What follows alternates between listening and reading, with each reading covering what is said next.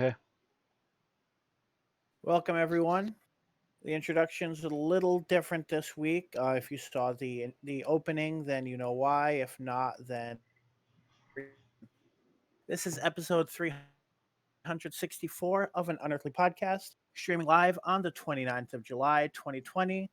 And we will be reviewing The Dominators, written by Norman Ashby and starring Patrick Troughton as the Doctor, Fraser Hines as Jamie McCrimmon, and Wendy Padbury as Zoe Harriet. I am Bill Sylvia, the Man in Black, and with me are Randy Ronson McCulloch, Good evening. Mad Matt Winchell, The moment has been prepared for. I have and Mike's Thomas Hard Fi- Lemonade. oh, and Thomas Fireheart. Fuck this year. Yes. All Mm. right. Booze is for healing. All right, so Mhm. this is going to be a hard show for us, so we're just going to get right into it. Yeah. We're not gonna really banter about this. So tonight's show is we're gonna do birthdays first, and then um, we're gonna have a long discussion. And then because none of us are going to be in the mood afterwards to try to deal with this stuff, we're skipping the rest of news, geek talk, the rest of it, and just getting into our review. Mm-hmm. And pretty much the only reason we're doing that is because the show must go on. Yes. Yeah. All right. So birthdays. We've got two birthdays, and I see somebody added one for me. Yep. First set of birthdays is on the 26th, and that would be Eve Miles, who played Gwen Cooper in Torchwood. She turned 42. Also the same day is one of our honorary birthdays. That's Nana Visitor, who played Olivia Colasanto in Torchwood Miracle Day, but is best known as Major Kira Nerys in Star Trek Deep Space Nine. She turned 63.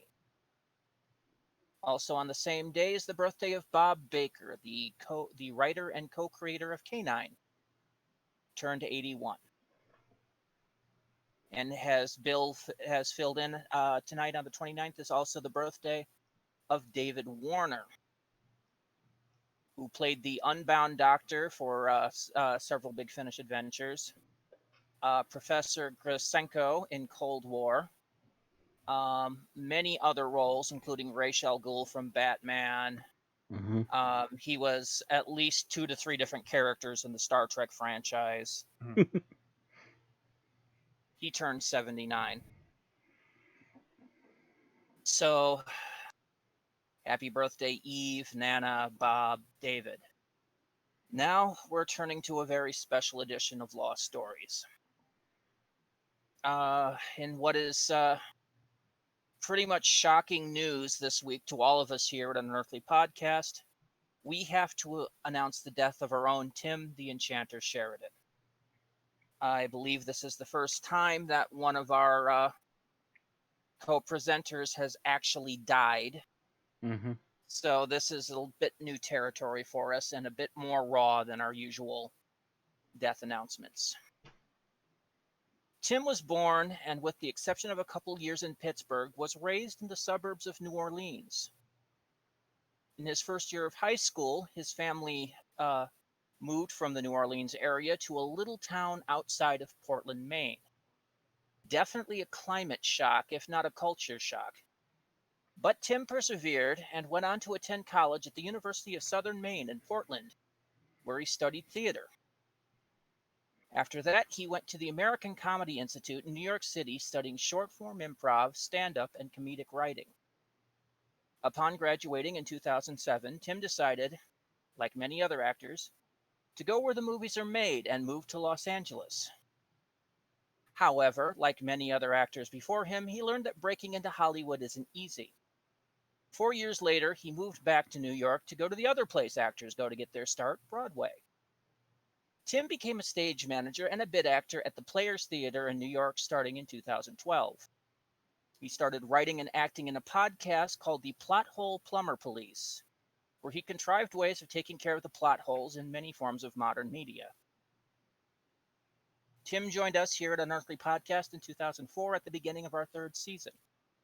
Originally as a guest, he soon became a regular panelist as a replacement for Eli, who had bowed out after one season. He even joined us for the live podcast at GeekCon from 2015 to 2018. In total, Tim recorded 282 episodes with us. On Wednesday, July 22nd, Tim contacted the AOP crew over Discord and informed us he wouldn't join us that evening as he was fighting a stomach bug. As far as we are aware, that is the last contact Tim had with anybody.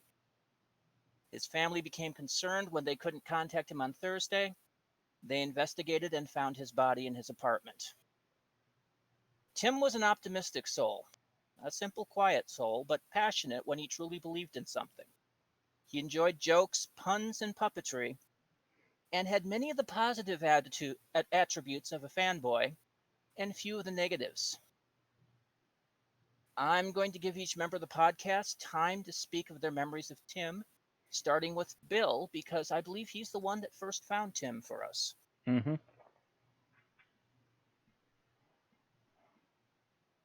Or have we lost Bill? No, I'm here. I kind of paused at that because I honestly, and I've been trying to remember for a little bit how it was that we first met him, and I cannot for the life of me recall how that was. I do know he was active as possibly as I still was at the time, so that's very likely it. On the Channel Awesome forums before a lot of the negativity of that space became public knowledge, um, which is where a lot of the recruitment for the podcast had taken place.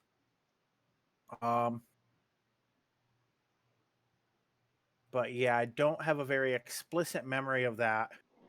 Um, I would say my sharpest memory of Tim is when think it I think it was the one time that we did take the same flight down to Madison when we met up, and it was actually nice traveling with somebody for once. We didn't have the same starting place, but we met up at the airport and kind of spent the day together chatting over various things. Um, and then of course traveled to GeekCon where we attended in our varying capacities. About him in general, though, as Randy mentioned, he's a very positive person, but usually not. A lot of the time, when you say someone's a positive person, there's a certain over positivity in the sense of what's been very recently called toxic positivity, and I wouldn't say he was completely immune from that, but compared to a lot of people that I considered of being the heavily optimistic person, uh, Tim didn't really display that much. When somebody had something to work through, he definitely did not try to push them through it and wave it off. He definitely understood negative feelings, and he definitely had his own occasional issues where he struggled. Um, that said, he was fairly private, to my knowledge, as far as his personal life goes. He would confide in us once in a while, but not. We didn't know huge amounts of his day to day trials, other than if he needed a someone. Mm. And I guess I don't have much really explicit to say. It was great. It was very positive to be in his company. There were definitely times where it felt like he was the one person who was keeping um, seeing the positives in various situations where and media and Doctor Who stories where most of us were seeing only things that were frustrating to us. And it was definitely a very good counterbalance that I think will be sorely missed. Um, and I hate to end it on talking shop, but as I said, I didn't know a great amount about his personal life. Um, and so those are the memories to draw off of. And that's about all I have to say. All right.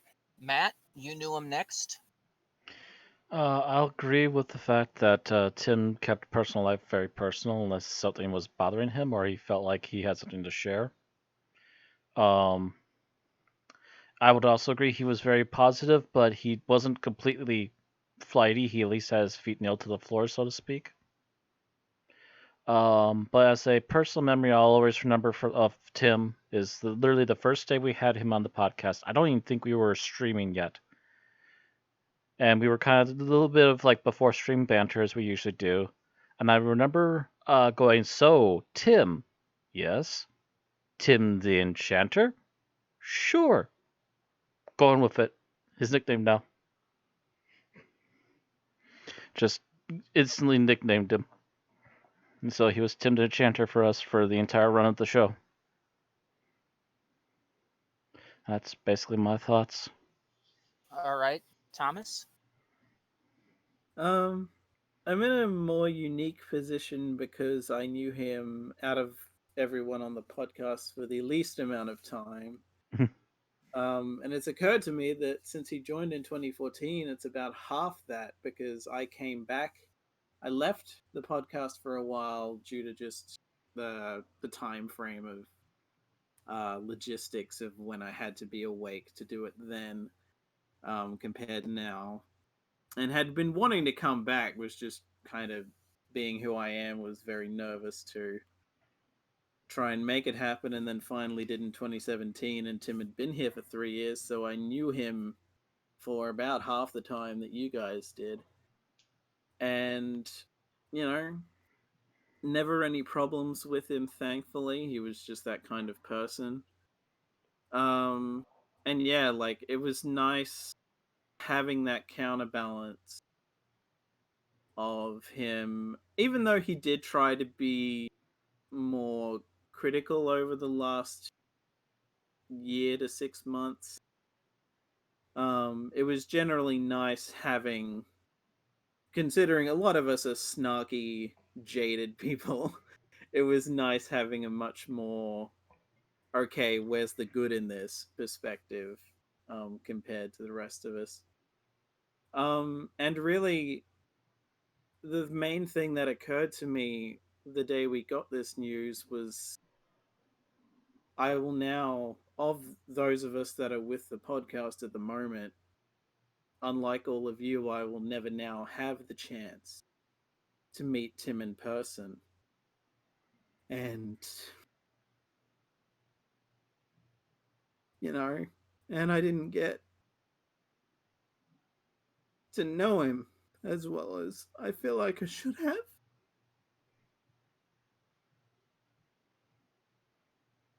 And that's going to weigh on me.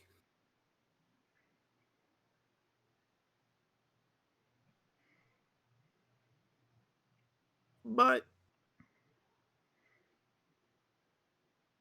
I still think that I'm definitely better for having known him.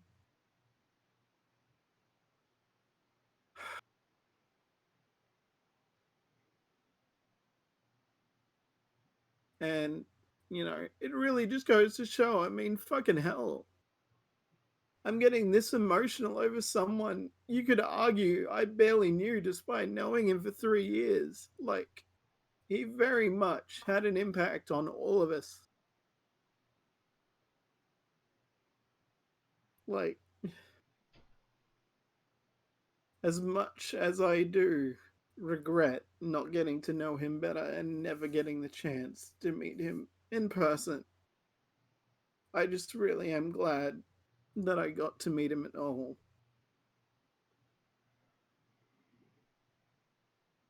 I'll just leave it there. All right. Thank you, Thomas. So, like Matt, I remember that first day Tim was on the podcast, and I'm like, I remember my thoughts at the time was like, who is this guy? This man's an idiot. He's making stupid jokes, bad puns. What's up with this? Why did Bill get this guy? Why is he on the podcast? And it wasn't until 5 or 6 shows down the road I realized that within those corny jokes and lame puns, there's wisdom in there. And he brought that different energy to the show that we hadn't had in a while. Because as Thomas said, we're all jaded, well, assholes, to be honest. 10 years at it.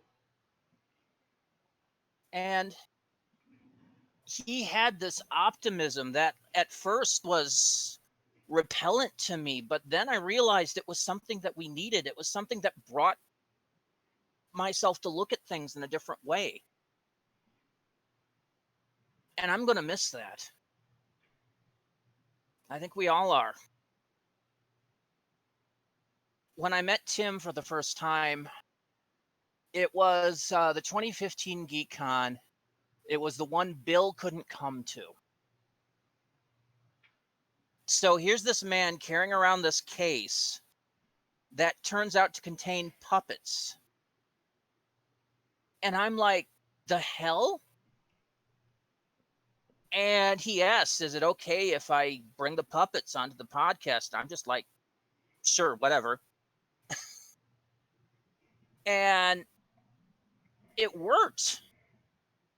It's not something I would do for every podcast, considering the fact that we usually don't have visual, but it worked. And it was obvious he enjoyed it so much that it's makes me wish, I had pursued some of that stuff myself when I was younger.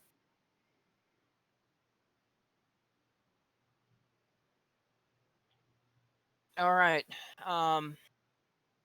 We're just going to let it free flow at this point. So anything else you want to add? During your last bit there, I was struggling not to laugh.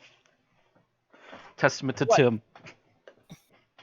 You were remembering that too? I remembered some of that, yeah. Do you remember I was completely flummoxed when he asked that? I was I just like, remember you kind of go a little wide-eyed and just go, yeah, sure. whatever. Yeah, I mean, it was literally my brain's like, I don't know how this is going to work, but well, whatever. I remember you being flummoxed at seeing the suitcase. Oh yeah, that too. I mean, when we all were at GeekCon, we always usually hung around the viewings desk. So he come up to the viewings desk with this huge case. I'm like, what the fuck is this? I wasn't there for that, but I do remember the following year that I did make it, the one that we flew together, and he carried the puppet around all day to all the panels that he was in the audience of. And I remember raising an eyebrow at that, but it definitely made it memorable, especially if he did have something to raise his hand and say. Yeah, Aaron was even talking about that. He remembers people would come up to him and make fun of him for, bringing these puppets, and he apparently just knew how to handle these people and shut them down. Oh, nice. Yeah, I believe one of the quotes from Aaron was the guy going, "Are you crazy?" And then he literally picks up the puppet and has the puppet like look at itself and like, "No, I think I made out felt." Yes. Which, I mean, on one hand, it's really kind of disappointing that at a geek convention of all places that you're going to have those sort of people like acting like that with a stranger. But at the same time, definitely a that testament to literally him cracked how them he up, and they just handled it. start talking with him some more. Right. Yeah. So definitely a positive on his side. I actually think the puppets helped us get recognized when we went to Miles's panel, and it drew his eye, and he was like, "Oh yeah, that's Tim over there." Yes, Miles, who was a part of the show for a short while as well. Yeah. Very short. Yeah.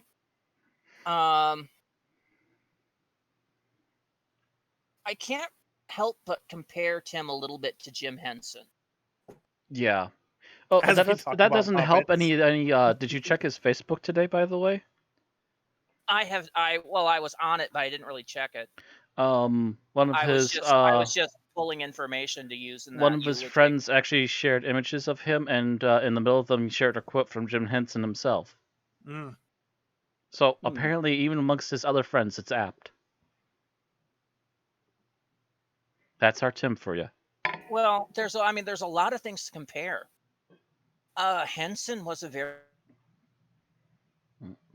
Sorry about this, folks. Happens once in a while.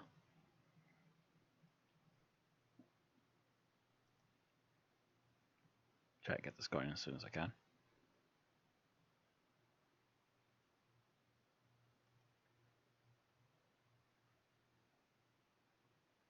Henson, or a lot of Jim Henson. That reminds me of Tim. Either way, and both were gone before their times. Mm-hmm.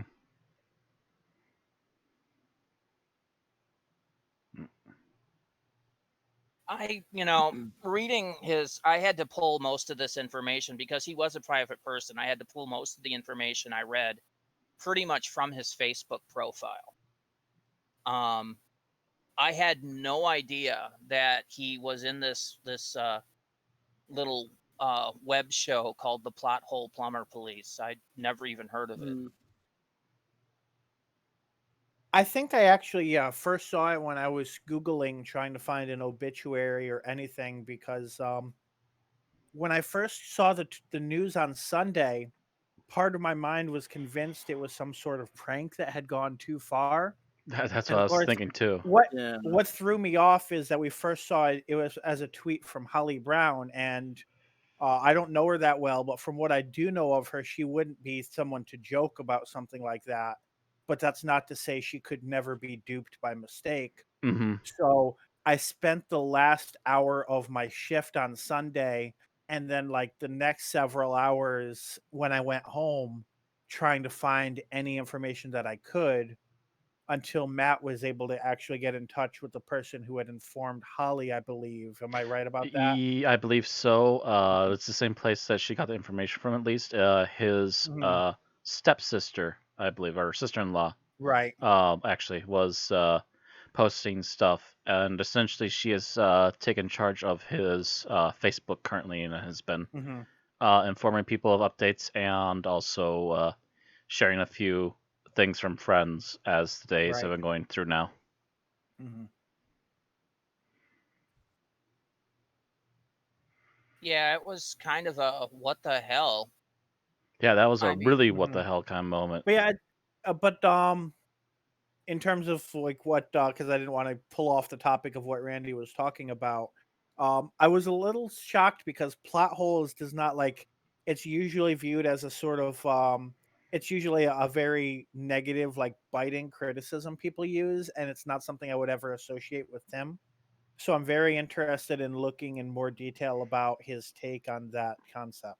Well, it sounds like the basic premise of the show is that they're trying to think of good ways how you feel those, yeah, which is definitely a Tim trying to thing too. taking a negative and turning it into a positive. Yeah, that was Right. Mm-hmm. definitely right up his alley. Yeah.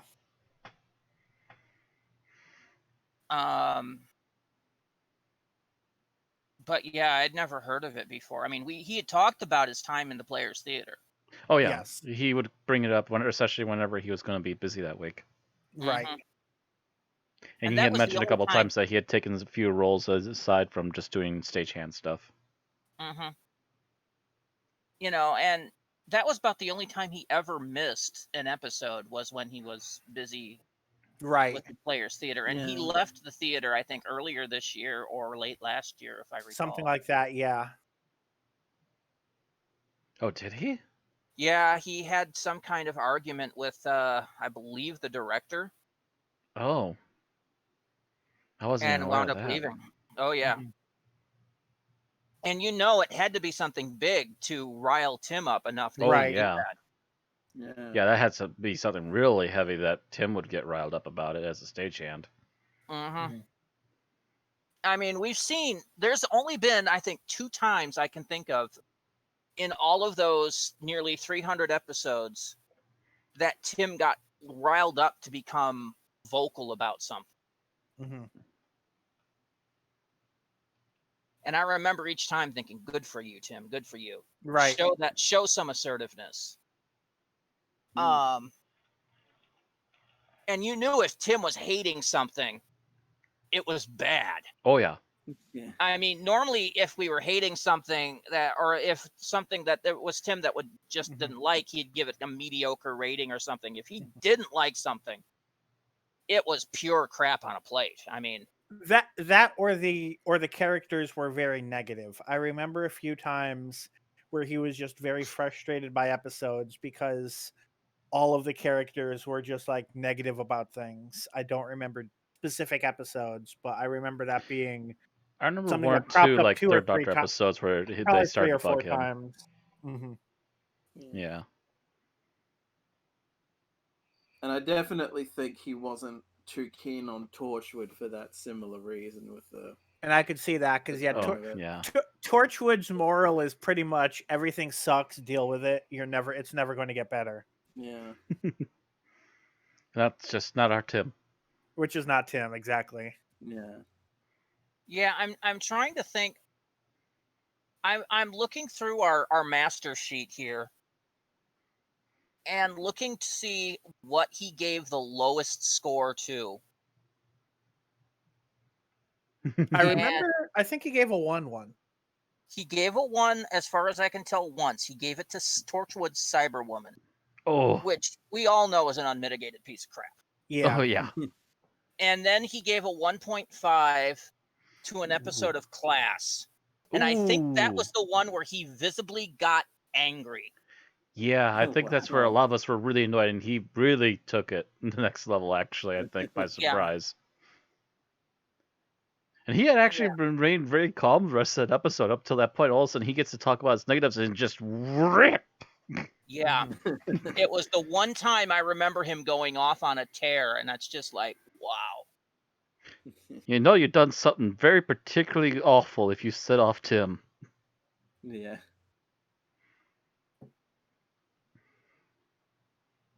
Yeah, that was I think the moment I was like I was proud of him. Oh wait, it also I think he went off on another one on Sleep No More, but we all did. Yeah, Mhm. Sleep No More was garbage.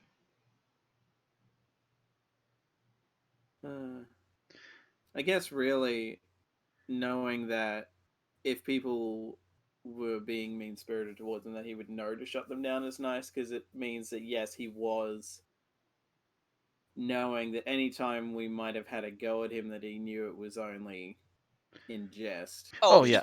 Oh, yeah, he knew would that. he would have definitely either gone, screw you guys, why do I need to put up with this crap, and left, or just generally actually stood up for himself. Yeah, he knew that Mhm. if we made fun of him, we were funning, because I make fun of Matt all the time. Yeah. I Yeah. mean, I'm with him on other live streams where Watch out for the cliffs, Randy. Watch out for the Yeah. cliffs. the asshole I mean- that killed the entire party by rolling us off a cliff. I, Yeah. I do recall once or twice like a teasing of that sort kind of resolved into a philosophical discussion on like what the nature of like a 5 out of 5 is and things of that nature. Oh yeah, we would get Tim's case on that all the time. On giving stuff 5s, and Yep. I don't think he minded being called the optimist of the group. I think he Right. enjoyed No, that. I'm Yeah. sure he had He a would've- personal But- joy in that.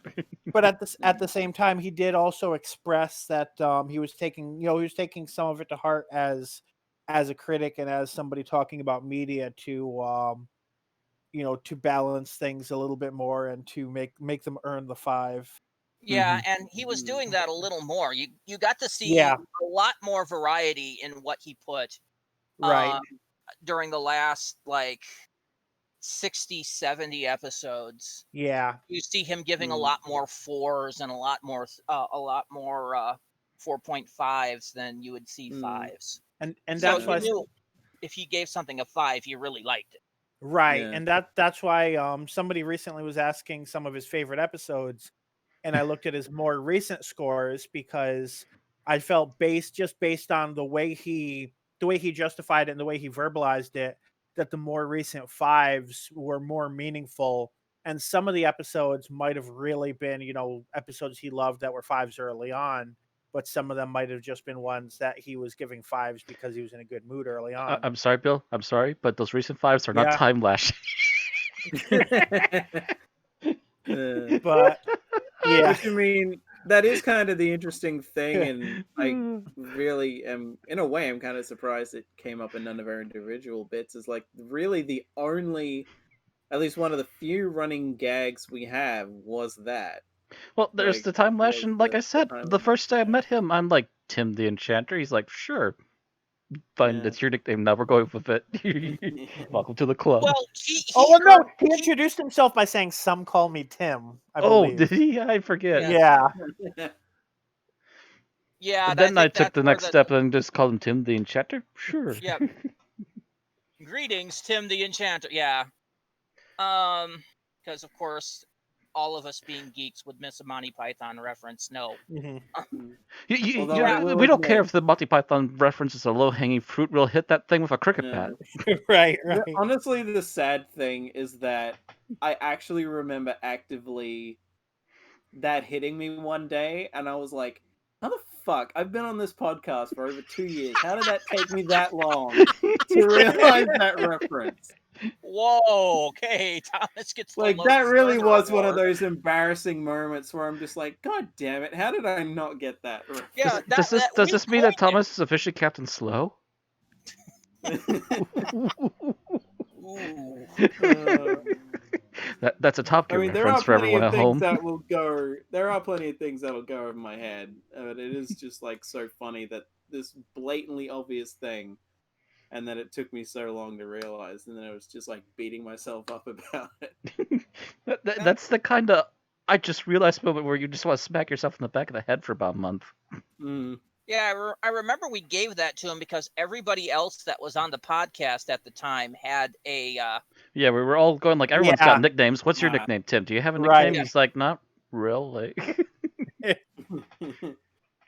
Because I go by Randy, Ron, Son, McCulloch, or I just usually just go by Yep. Ron these days. So, and then Bill still, of course, has the Man in Black, and Yep. Matt has the Mad in front of him. Don't make me angry. You won't like me when I'm angry. I'll give you a 0. But yeah, it was. So we just coined that like out of the blue that first day. Yep. Mm-hmm.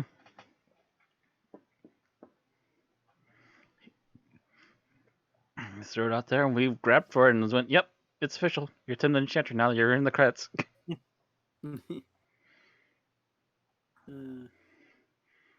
And that was, I think, when he first was just starting as a guest. Mm-hmm. Because we just had those 3 episodes where he was a guest for Empty Child, Dr. Dances, Girl in the Fireplace, and Blink. And then, it was like 4 episodes where he wasn't on, and then he just became a regular on the show. Right. In perpetuity. Starting with the beginning of That's right, because I think at the very beginning we were like, oh, he was a placeholder for like Aaron's spot or something like that. No, Aaron was on there at the time too. Okay. We had just lost Eli. Right. Because the previous season we'd had the 3 of us, Eli and Lucas. And Lucas disappeared early on. Yeah, Lucas was never more than just a guest for 2 or 3, like 2 episodes or 1 episode at a time. Yeah. Yeah, and he was gone like by halfway through the 2nd season, and that's about the point that Aaron joined it. Mm-hmm. So Aaron was Lucas's replace, but then we had Eli for a good chunk of that until he stopped showing up, I think, like 2/3 to 3/4 of the way through that season. Mm-hmm. And so by the end of that season, he was gone. So I think, what was it? He just couldn't make the schedule either.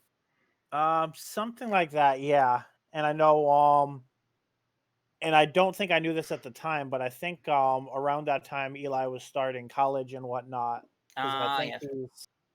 I'm not sure exactly because it's still shocking to me that we've been going for about 8 years now. But yeah, I know at some point Eli went back to school, and at that point he became way too busy for a podcast to even be an option. Yeah, and then I Aaron. remember adding him to the Discord at one point. Like maybe he'll just drop in on a podcast one time. But yeah, he's just been way too busy between school and he's been doing a lot of organizing for political organizing and things of that nature. So yeah, so when we picked it up, it would basically became the three of us, Aaron and Tim. And that actually ran for quite a while. Mm. Then I think Thomas came back, and then I believe Aaron's schedule changed, and yeah, Aaron switched jobs and then was working. Yeah, because that's what's scheduled. But yeah.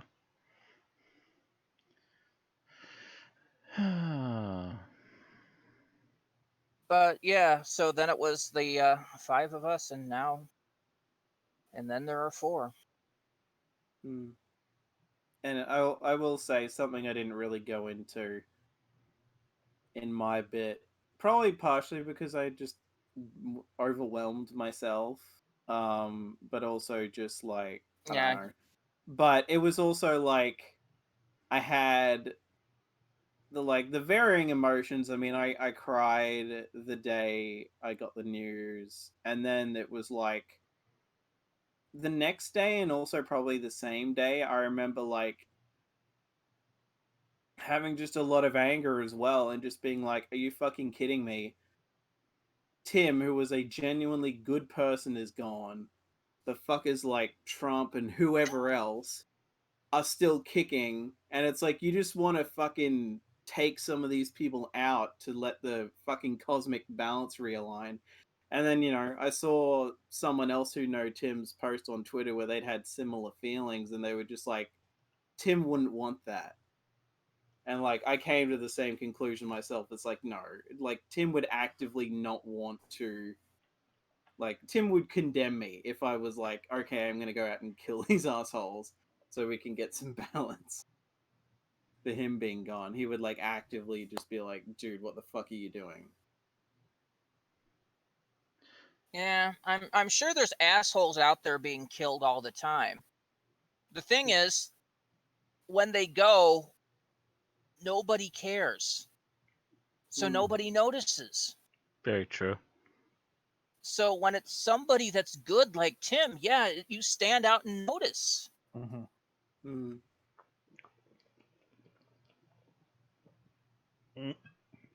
The hard lemonade is gone. Don't do that.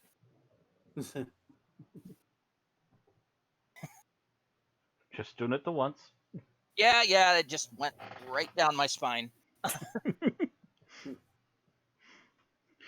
I'm used to that sound, but okay. No, it's just doing it with headphones on. Ow, ow. The pain. But yeah, he did give Time Lash that 5, by the way. Yep. We never let go. Right. We never let it go. I mean, Bill was the next highest with a 3.5. And he gave it that 5, and I remember us looking like, what the hell? And then Tim comes along and is like, hold my beer. Yeah. And so he ran with it. First he claimed that and made it his own. Yeah. It was hell, he would bring up the joke sometimes. Yeah. There was definitely, it was either the instances I can remember is either Tim being like, well, it wasn't Time Lash, or it would be Randy being like, well, it wasn't Time Lash, was it, Tim? Nope. Oh yeah. We once we have a joke like that, we never let it go. We will drag it down into the mud and roll around like a freaking pit bull with,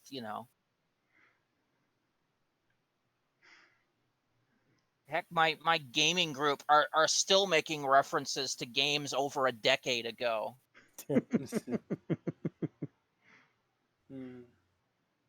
So this is the kind of people I grew up with. We never let anything go. Do they Mhm. still smash their feet on bridges and shout troll at the top of their lungs? Occasionally that has come up, yes. That's an old one. Oh, I remember hearing that at an anime I club. I'm pretty sure Bob made a lining the enemies up in a straight line crack just the other day. And that was from 2008. So yeah, the my friends never let anything go. So I'm pretty sure I brought that mentality to the podcast, but Tim just went with it. They must hate when people sing that Frozen song at cons. I hate it when people sing that Frozen song. I hate it when people sing it ever anywhere. See, I usually don't recognize it because ever since I stopped watching Disney movies with my family, I haven't watched Disney movies I because haven't seen the movie. it's I always hate been it. communal activity. Oh, I go around, I hear someone going, let it go, let it go. I'm going, I'm getting my gun. Yeah. Where's the baseball bat? We need it. like sometimes I'll see people reacting to it and they're like, "Oh, well, I want people to drop that Frozen song." It's like, "Oh, this is the Frozen song." No, the only time I ever enjoyed that was in Deadpool the musical. Just saying. Now sometimes Tim gave a 5 and it was justified. Remembrance of the Daleks. I think that one we gave it a 5 across the board. Yeah. The episode Dalek from the first season. All of us gave it a 5, but Aaron. Oh, typical Yes, Aaron. that happened a few times. Mm-hmm. Like Or we'd all give it 5s, but Bill. Yeah, that happens a lot too, Bill. I still remember we thought Day of the Doctor was going. I think it was going to be our first perfect 5. I think, or our second, and then Eli and Lucas did not gave it below a 5. Boom. It's just like, what? Yeah. I mean, I I guess you could almost argue there was kind of a gag sometimes where we always expected Bill to be the low baller and Tim to be the high baller. So anytime that deviated was always kind of was always brought kind up. of a I remember a lot of the time I would go at the end of the season and be like, "Who was the low person this season?" And I when I was checking, it was 50% me. I think it was like 30% Aaron and 20% Rand. Yeah, there was a few times where it was me, especially that I think that season where we Mm-hmm. did most of the telesnaps because I hate Right. telesnaps. Which is funny because I've also noticed that at 70s Who, I tend to be lower and you tend to be higher, I believe. Yeah, well, I love Tom Baker. I will Mhm. admit that. And you tend to be a little more critical of Tom Baker. I also love Pertwee and the unit era. So I love Tom Baker, but a bad episode's a bad episode. there are some terrible episodes. I'm not saying every Tom Baker episode is perfect. We haven't reviewed Meglos yet. Wait for my hate. Oh. Yeah, I think Tom is going to be the last Doctor that we fully finish, other than Jodie Whittaker, just because he has so many episodes. Oh, Yeah. we can give it an old college try.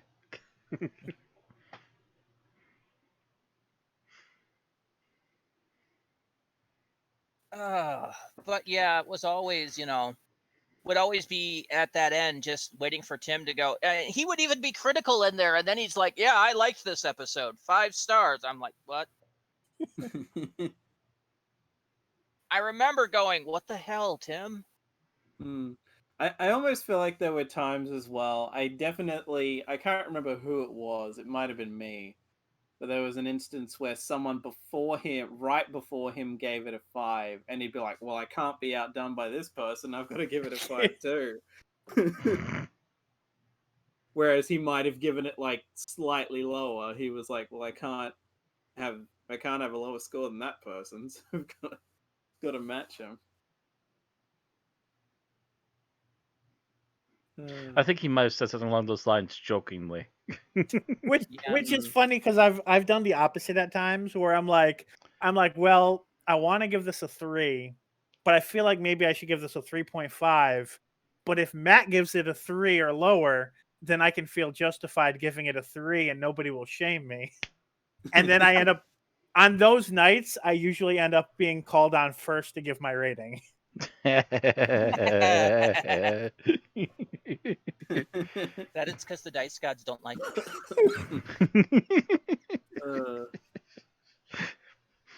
The dice, they call you out. Fury from the Deep is one of those episodes that is the weirdest because we're all giving it 3s and 5s, and Tim gave it a 2.5. Oh, there must have been something that just egged him on.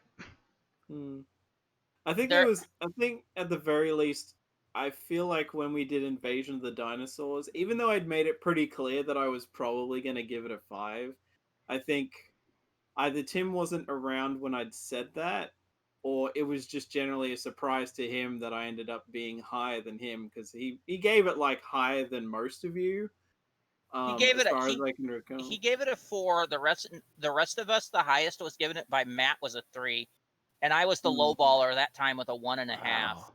Yeah, because it was funny because we basically had every number represented, because it basically went 5, 4, 3, 2, 1, sort of a thing.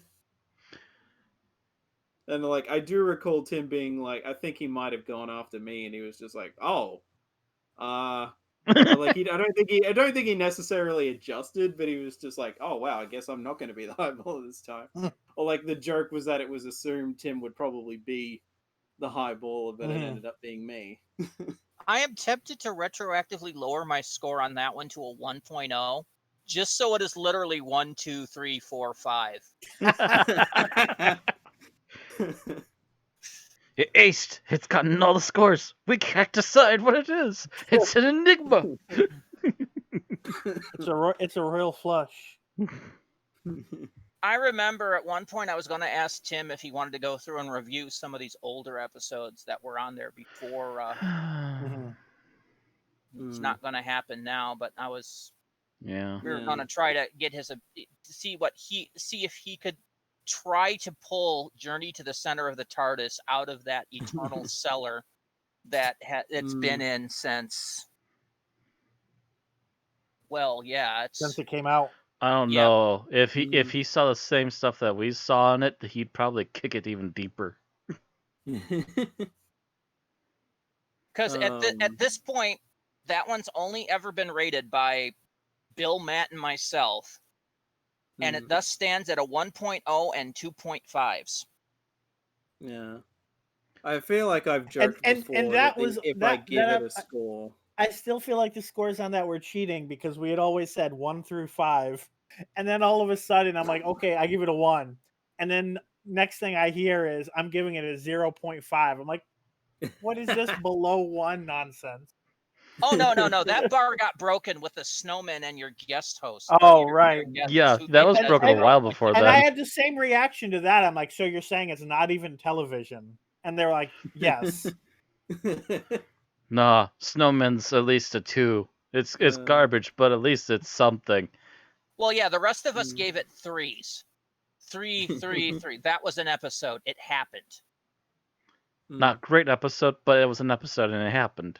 It was mediocre. They're just like, no, this is garbage, 0. And I'm like, you don't know what garbage is.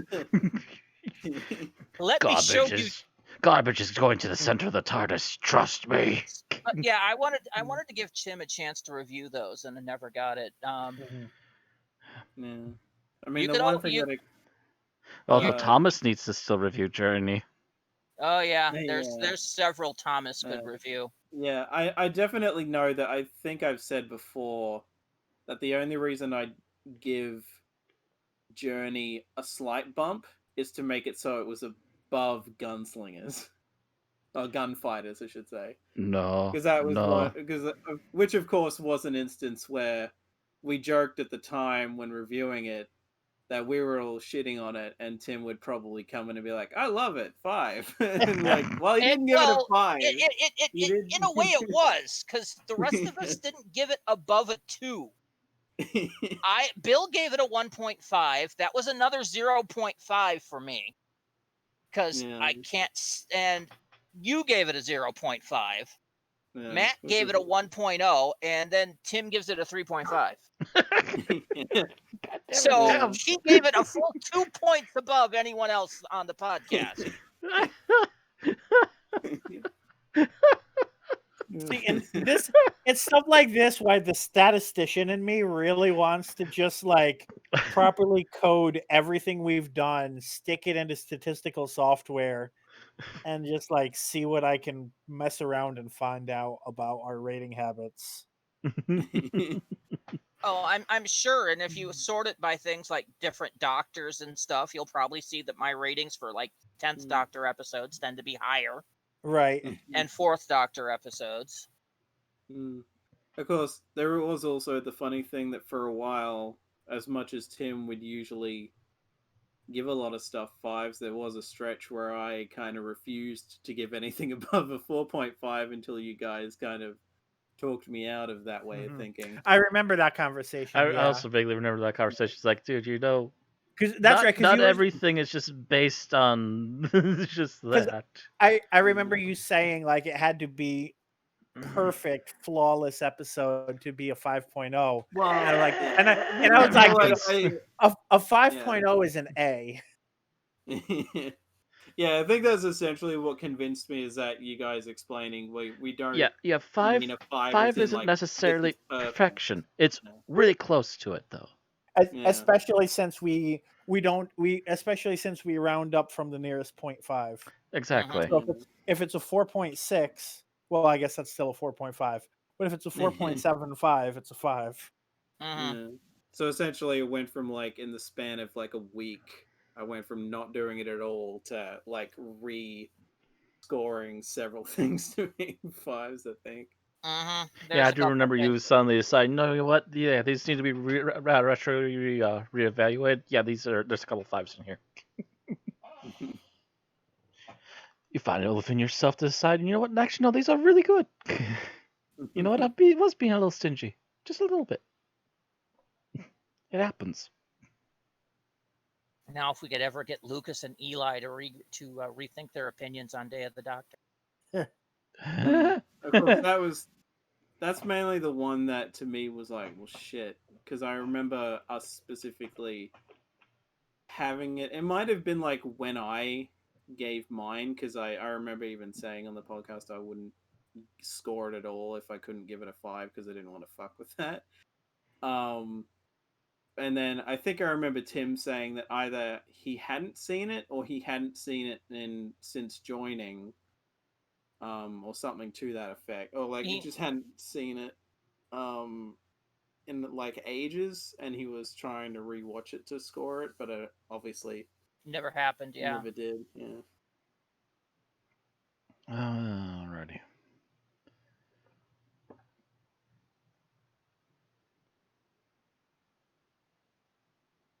I'm looking through these old episodes, and I'm seeing, trying to remember specific memories of certain things. It's so hard because a lot of these episodes have run together in my mind. I just remember a lot of the time when Tim would do the summary, I'd have to mute because. Oh yeah, because I'm freaking dying over here. That's right. I remember he was banned from doing. First, Aaron got a lifetime ban from doing the summary from Randy, and then Tim was banned from doing the summary for like a year or two. Because both of them took the piss out of it.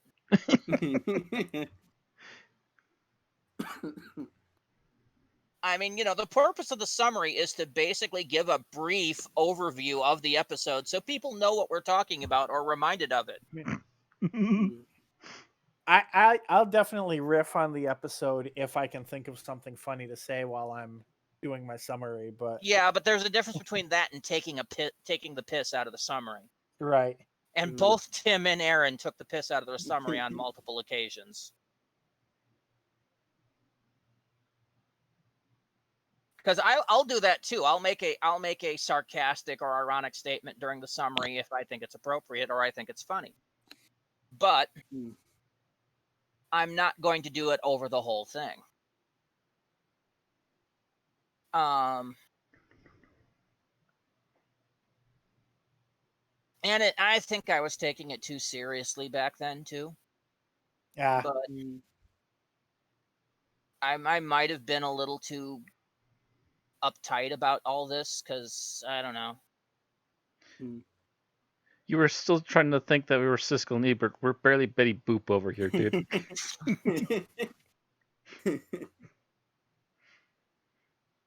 So I went a little Percy Weasley. I got better.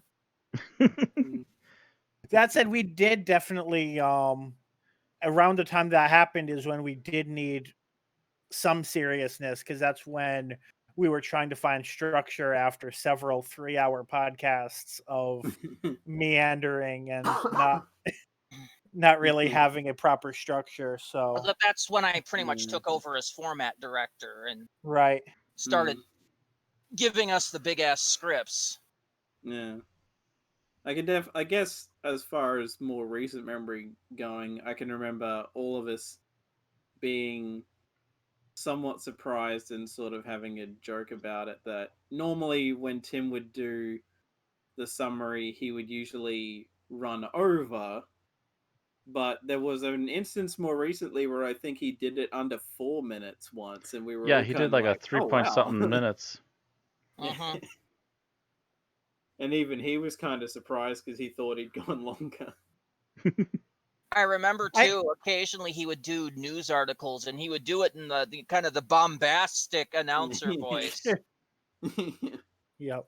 That's kind of the point where I realized which works if there's no typos. Yeah. Excuse me for trying to do things in the last few minutes. But no, it's kind of when I realized that a good chunk of our news was just glorified advertising. Mm-hmm. That's why I try to cut those articles now. Mm-hmm. Although Tim some of joking. it, like I look at it on the view of like what makes a fun conversation, and that's why like I remember you would like last time there was some give and take where you cut some details, I added some details. So like the more that it's entertaining to talk about, the more point it has being on the news. Yeah. I'm also of the idea that the less time the news takes, the better. So by the way, Randy, are you freely admitting that you were Patrick Stewart season 1 of Next Gen when we started this show? Not when we started. when I took over as format director and started trying to script things, I got a little uptight. Yeah. I was so hard trying to make this work that I forgot that the main thing is for us to have fun while we're doing it. Mm-hmm. Which I guess is generally probably why it was a good thing that Tim came in, because it was an element that made yes. It's the suck to the gut you needed. Yeah, yes. If you think about it, our first season, our highlight was me and Flynn going head to head over whatever argument in the episode was there. We literally were Siskel and Ebert at that point because we were so diametrically opposed in our beliefs. And I remember that season especially, like depending on what viewpoint I brought to the episode, I would usually side with one of you, and then it would switch the next episode. We were literally point counterpoint. And I am always the middle road walker. and then we lost Flynn, and we were kind of off kilter in our season 2 because we had really no direction that we were trying to go. Yeah, for a long time, or I don't know if it felt like a long time, but for a while it was just the three of us. Yeah, it was about half a year-ish. Well, I think. Yeah, it was on and off because occasionally it would be us and a guest. Yeah. And that's when we were trying to recruit guests as much as possible, but none of them like repeatedly came because organizing recordings across multiple time zones is difficult. Yep. Yeah. I mean, I do know that I briefly, and this still would have definitely been before Tim showed up, but I know you managed to get me and maybe it was Flynn back for the 100th Yes. podcast. I that think it was you, Flynn, and maybe we even got Eli for that one. Can't remember for sure. It was Flynn and Thomas at that Mhm. point. Because we were bringing back the people who had been with us for the very beginning. Yep. Yeah. Yeah, And we like got by then you had introduced scoring, so you got us to score the ones that we had done. yeah. And we had kind of at that point we had started to get the format down because that was season 4. And that was an episode Tim wasn't in because that was all of us looking back from when we were originally doing this. Mhm. And if we had included Aaron and Tim in that particular episode, it would have taken forever. But yeah, season 2 was kind of our groundless phase. We brought in Aaron. But honestly, Aaron can be just as jaded as the rest of us.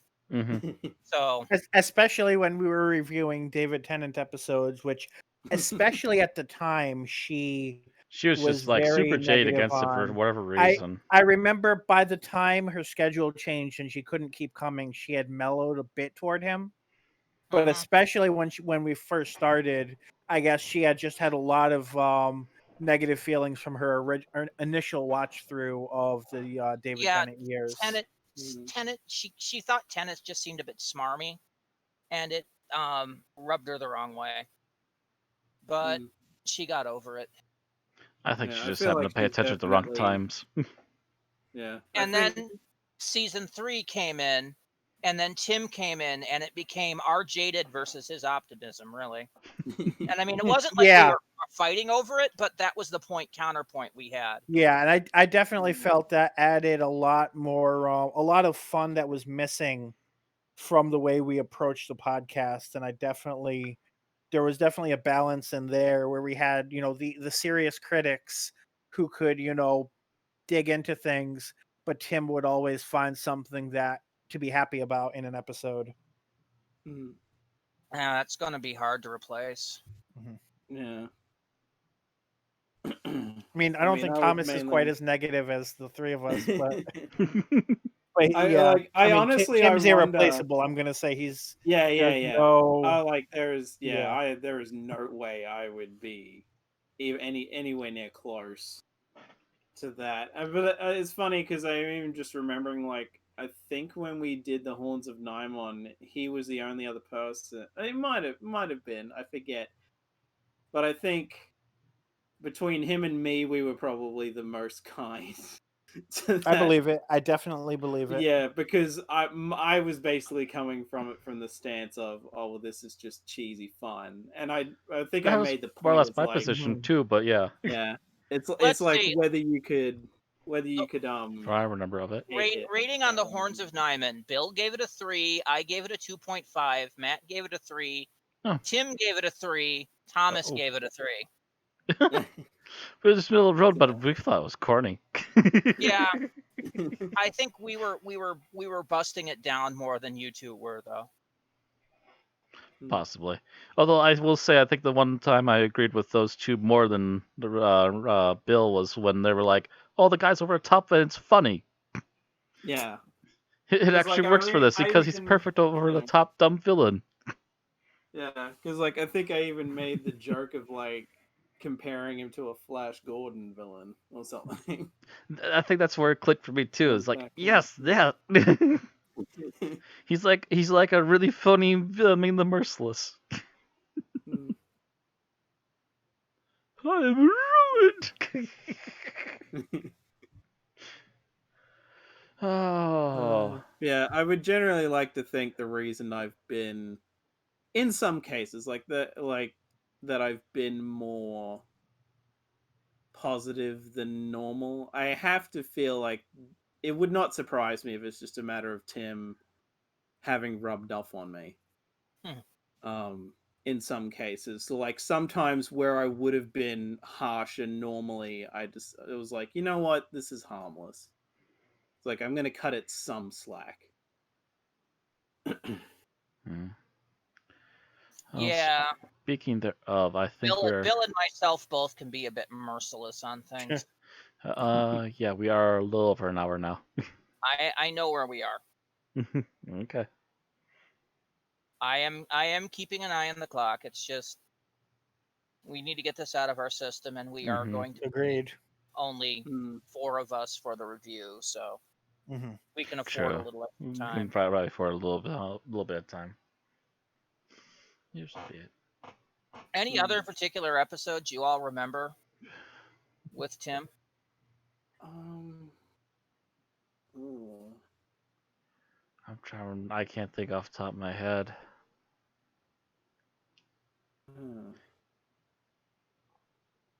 I remember he wasn't that fond of telesnaps either, because I don't think any of us were really. Well, especially when it's a telesnap of a lot of action, it's like, oh god, this is the most boring thing to listen to ever. Just listen to things ping for several minutes and people shouting and grunting. Oh yeah, this is real action packed with the stills. I do know that. Of course, what the interesting thing is, I do remember when we've been doing, at least for you guys, like reconsidering your ratings for the faceless ones due to having access to the animated recreation of the missing episodes. I think he was the only one so far whose score did not necessarily change, and it was because he preferred the telesnaps. Really? Which is that was weird. That was something he did bring up. I remember him saying like he wasn't all that gung ho about the animation style in that particular story or something. Like something about it threw him off. So he just like it didn't improve, but it didn't lessen his score. From the telesnaps.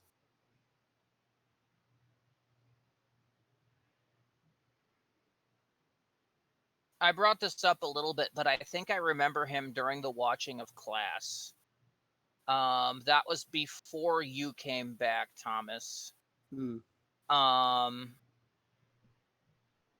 was the one of us that was the most optimistic going into Class, because you remember how much we were ragging on it. And then finally that one episode, the last episode, The Lost, comes out, and he just absolutely flips on it. I forget, was that about that wouldn't have been about the backsliding at that point, right? It would have been about something else. I think it was the final reveal at the end where it turned out that the school headmaster was answering to the Weeping Angels or something like that. Yes, the season 2 teaser that is never going to amount to the season anything. 2, the multiple season 2 teasers that came out and that never are gonna happen because that show was hot mess. Yeah, I remember. I remember he had his optimism up to that episode, and then he just flipped. It's like, I'll give it a 4. I'll give it a 4. What was no? That's the moment where he realized everything in this season was for Class was a waste of time and it led to nothing but garbage. I've stood for this. I can't stand anymore. He finally got fed up.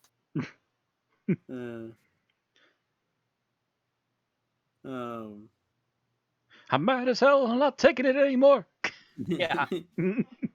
I guess off the top of my head, just the main thing, we sort of mentioned it before, was just like the podcast after we did the Gunfighters, where he came to do his review for it, and it was like, sure enough, he ended up being more positive, and we all just kind of lost it because we kind of like, I remember we mainly just kind of laughed it off because we'd kind of predicted it the previous week that he would probably, or like, I think it might have been someone had assumed, well, being like musical theater background, the one song over and over might bug him. But then someone else was like, no, probably not. Like, knowing Tim, it'll probably be like, oh yeah, he'll just love it. Then comes back, and he didn't necessarily love it, but he just like did not. It was nonchalant to him, so it didn't bother him at all. It's just like, Where, if I remember, you were about ready to go off and bite anybody's head off that never brought up the Last Chance Saloon. Pretty much. That is the lowest score I've ever given. as far as I'm aware. So All right, yeah, you need to sit down and watch Journey to the Center of the TARDIS, and Yeah, you need to go watch Journey now. I We'll wonder if see they where have the that. bar sits. I wonder if there's an album of the Last Chance Saloon. oh, God. It's a single song, Bill. And guess what? I'm gonna snap it in half and slit your wrists with it. Just an EP that you put in a record player and. no. If you could find it, send me the MP3. I'm going to hack Thomas's phone over the ringtone. Yes, there is a CD of the music from the Last Chance Saloon. As soon as you put it into the CD player, it immediately kills itself.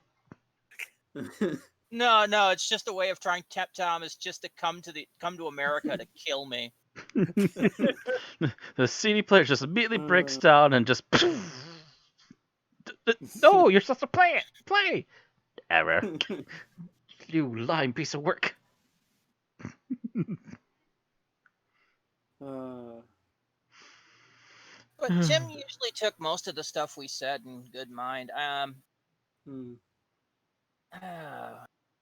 Yeah, like as we said, if he ever was like felt like we were being mean spirited, he absolutely would have said something. Oh yeah. I mean, he dealt with all the times I threatened to kick Stephen Moffat in the dick. and each one of us, including Tim, I believe. Yeah, I believe you threatened to a couple times, in fact. Just a couple. Bill learned a lot more than Tim ever did. That's right. Tim was the one who liked to antagonize you by bringing up a certain recreational utility inside a certain other room. Oh yes. There was. I think there was a point. There actually might have been recently where there was a podcast where someone alluded to it, and then Tim flat out said it. Yeah, it's it kind of. I remember I was kind of tiptoeing around it, and then Tim was like, "So, swimming pool." Yeah. Yeah. It's like I like to imagine that if we were in the same room, he would have been made eye contact with Randy right before saying that and just maintained it the whole time. Just slowly smiled nervously. Yeah, Tim knew our buttons and knew when to push them. For great comic effect, push here. How to get Randy off on a rant. Let's see. Let's bring up River Song. Let's bring up the swimming pool in the library. Swimming pool in the library. Angels. Yeah, Statue Angel of Liberty. Yeah. I mean, that's. I think we're all on the same page about that one. On Thomas's day. That was our first episode that we had to split into two parts. And do not get me started on freaking midi-chlorians. That was back like recording that episode. Probably, I'm sure it filled up my entire hard drive using Fraps because that's Fraps. Fraps is the worst. Yeah, that was back. Seriously, even just recording non-live streaming on OBS would be better. I mean, that's right. We bitch now on OBS being a piece of shit. No, it's still gold. It's don't get me wrong. It's a mess, but it's not the hot mess. Yeah. But yeah, he knew all of that, and he knew when to push it, and yeah, that the library and the swimming pool still will set me off. But yeah,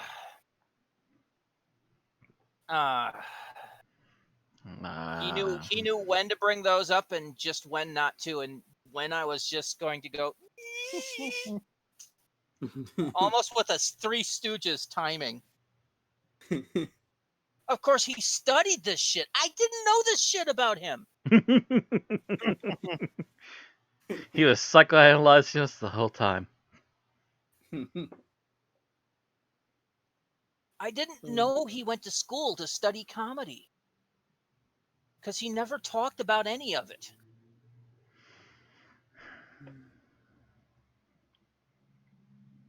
I mean, I've talked about most of my life because my life's pretty much an open freaking book. Mm-hmm. But shit, Yeah. Matter of fact, I believe Randy, aren't you still technically eating crow for saying that World Combat will amount to nothing ever? yeah. Yeah. His early internet video game reviews. Yeah, he was doing it when there was only text. RPG Mm-hmm. Monthly, yeah. Yeah. Mortal Kombat 1 review. A simplistic, gory Street Fighter ripoff that will never amount to anything. Number 11 just came out, what, a couple Yeah, years ago? I know, I know. I think it's bigger than It's one of Street those Fighter things. now.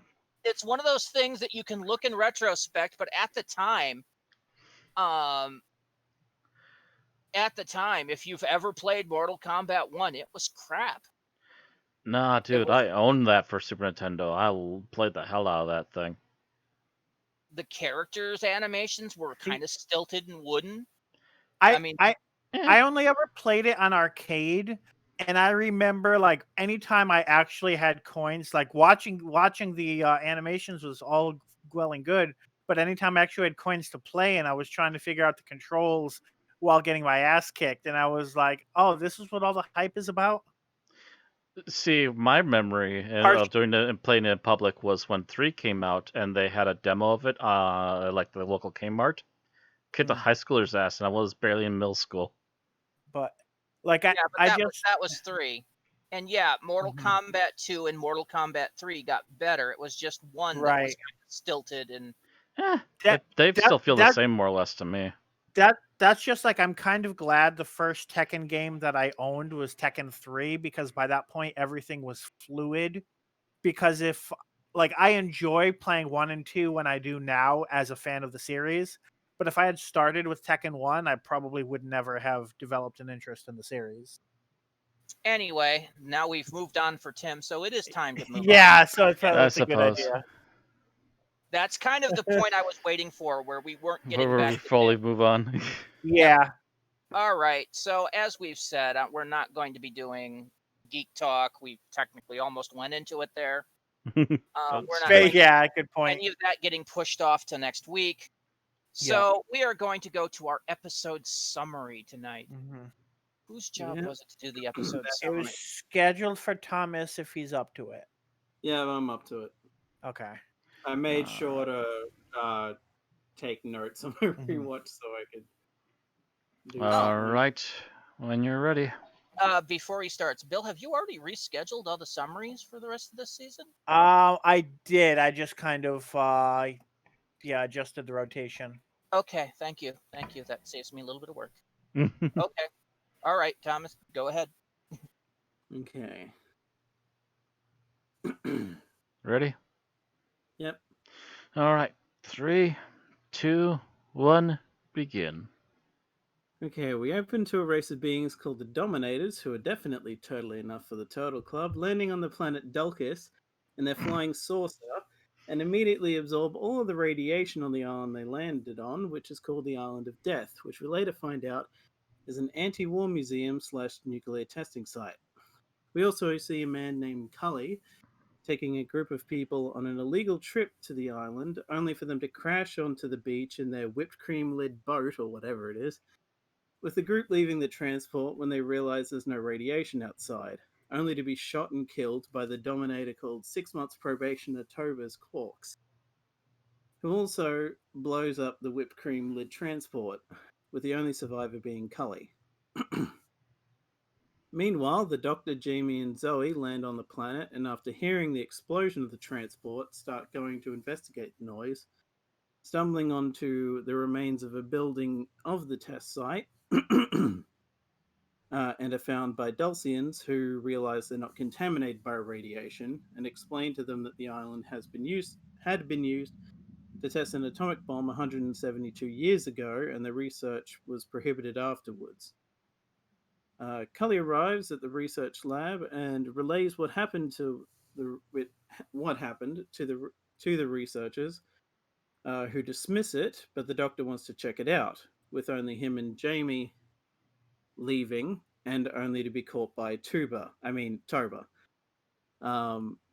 And tested to see if they'd make decent slaves by Flighter the Navigator Nago, Toba's superior. In the meantime, Cully and Zoe are sent to the capital to relay what happened to Cully's father, Director Xanax, who doesn't take them seriously. As the testing is completed on the Doctor and Jamie, they deemed to not be a threat and allowed to go free, going back to the research station and heading to the capital, with the Delcians there going to investigate on their own and walking right into the Dominator's ship, being obviously captured and tested on, which allows us to know that Delcians have two hearts. Cully and Zoe arrive back at the research station just as Toba decides to try destroying the building, being reprimanded by Nago for wasting the Quarks' power on it before Cully and Zoe are captured, and the group of captives are put to work clearing a site for drilling. Seeing the destruction of the research station and a quark inside it on the viewing screen, the Doctor and Jamie try to head back, with the Doctor messing with the transport pod they're in so he can pilot it so they land somewhere else, roughly landing on the beach. After finding the group, they split up, with the Doctor being captured and Jamie managing to get around to Cully, ruining Cully's chance at shooting a quark, with Jamie managing to shoot one later when Toba comes back to try and kill them, with Jamie and Cully managing to get into a bunker. The Doctor is forced to tell Nago about the transport he used to get to the island, with Nago intending to use it to go to the capital with a quark, leaving Toba in charge as Jamie and Cully finally manage to clear debris from the bunker's hatch and get back out, eventually rescuing the others and getting them back into the bunker. The Doctor explains that the Dominators are drilling because they want to turn the planet into an atomic fuel source for their fleet by essentially nuking the planet's core, with Jamie suggesting they dig across to catch the atomic seed as they drop it. After stalling the Dominators' efforts to drill by destroying some of the quarks with crude explosives, they manage to catch the atomic seed thing at the last second, but realizing it's sealed, the Doctor resorts to sneaking it onto the Dominator's ship as they leave, causing it to blow them up after they take off. The serial ends as Jamie has to remind the Doctor that they can't stick around as the volcanic reaction is still going to happen on the island they're currently on, darting back into the TARDIS and taking off as it starts. The end. All right. I see what you did there. Also, 4 minutes, 8 seconds. I was also going to bring up something, but I'll probably bring it up later, like it was a comedic thing to end on, but I decided that it was long enough already. All right. So I let's will talk admit, about. I purposely threw in jokes into that because I was figuring, fuck it, might as well try to make it something. Mm-hmm. All right. So let's talk about what you liked about the episode. And Bill, we're starting with you.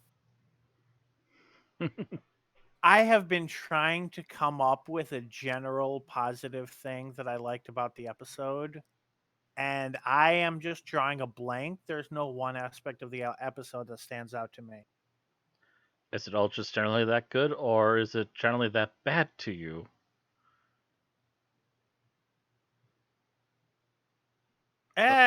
Middle-ish, I think. Oh dear.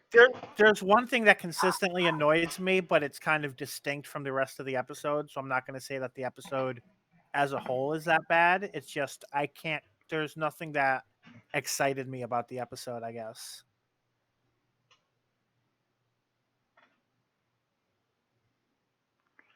Okay. All right, Matt. Well, I got an easy one for you. Those little robots are adorable. They are. They're some of the cutest robots Doctor Who has ever made. Well, Mm. you're They, not they going to they like just want to give you a anything I have hug and to then say. blast you with a laser beam. Even the I mean- sounds they make. Yeah. I mean, it's funny to think that they were most likely introduced to try and be the next Daleks. You could tell they were trying their asses off, but they're just so darn adorable. To quote T Robot when talking to Joel about why he can't be a villain, well, first of all, your eyebrows arc softly as opposed to jutting inward, and quite frankly, Joel, you have the most adorable blush. Compared to some of the other uglier, I mean, there's some new Who robots that might be prettier, but considering the fact this is what 1969, Yeah, 1968. for 1960s, these things are cute Mm. in their own little weird way. All right. So Thomas, what do you think?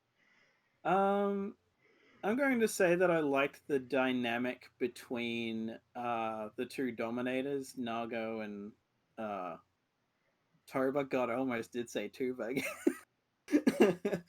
But yeah, I like the dynamic between those two because it was just nice that the leader of the two is like, it's not necessarily that he's a good guy by any stretch, Oh but the no, fact that, like, dude, you're wasting our resources by killing these people. Just leave them he's alone. cruel but intelligent, while Yeah. the other one is basically I want to kill everything. It's obviously killing and blowing stuff up gives him a hard on, obviously. Right. It's literally the difference between lawful evil and chaotic evil. Mm. You see, you watch him as he blows that one place up, and it's just like, I'm remembering that line from Deadpool. I'm touching myself tonight. I mean, that's pretty much this entire thing. It's like, yeah, look, people, quarks, destroy. Oh yeah. I haven't killed anything in 2 whole hours. I'm getting itchy. hmm Oh, look! I mean, even Klingons aren't that psychotic. And his boss has to constantly keep coming down on them. Oh yeah, because the second something happens, she's like, quarks, destroy. Yep. You idiot! You're running low on power. We need to finish this. Quarks, destroy! What did I just tell you? I'm surprised, honestly surprised it didn't wind up with the Superior killing that guy. I was actually expecting it almost at any moment, but they actually managed to keep from killing each other till the very end. Well, there was one moment especially where I thought that the story was going to go where he was going to kill his superior, but the superior, being the smarter one, had almost like outsmarted the doctor or something, and that by killing the smart one ended up dooming his mission. But that is not the way it happened. Mm. All right. So my favorite thing in there, I like Jamie. Yeah. Oh, Jamie was great. Yeah. Oh, that's nice stuff, but we're on the island. Oh dear. Especially near the end where you got the team up of Jamie and Cully. Oh yeah, where you just get to see them running around, And throwing grenades everywhere.